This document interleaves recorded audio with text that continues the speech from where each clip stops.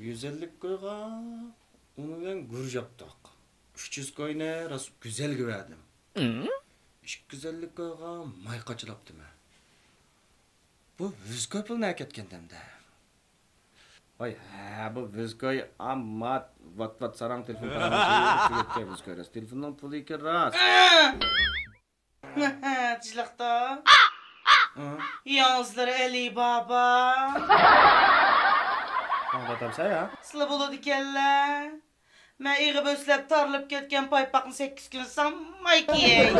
Siz köpülünü. Musudlam. Güzel xinimgi bağlama. Cılakta. Gittim ne tol içim sıkmık ne bana? Hazır nimdiler? Demekçe. Hazır 300 koyunu güzel güverdim de tutku.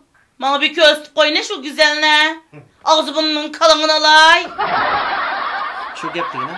Sen çimdekine vurdun vardı ki ne şu güzel lan? Kögüm ba. Oo yakçıysan burada sen güzel lan. Bana.